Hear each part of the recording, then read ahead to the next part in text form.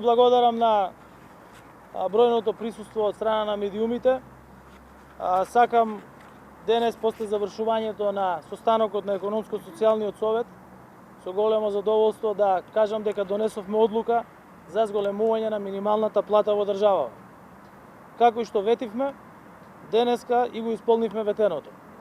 Почнувајќи од април, минималната плата во државава ќе биде повисока за 2175 денари и од 18.000 денари ќе се покачи на 20.175 денари.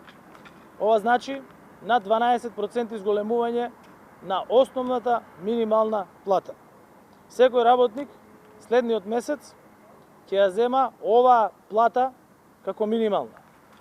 Согласно Законот за административни службеници, кој што е усогласен со Законот за минимална плата, тоа значи дека линеарно ќе се усогласат и платите на 27.000 работници, како и во другите сектори во кои што законите се усогласени со Законот за минимална плата.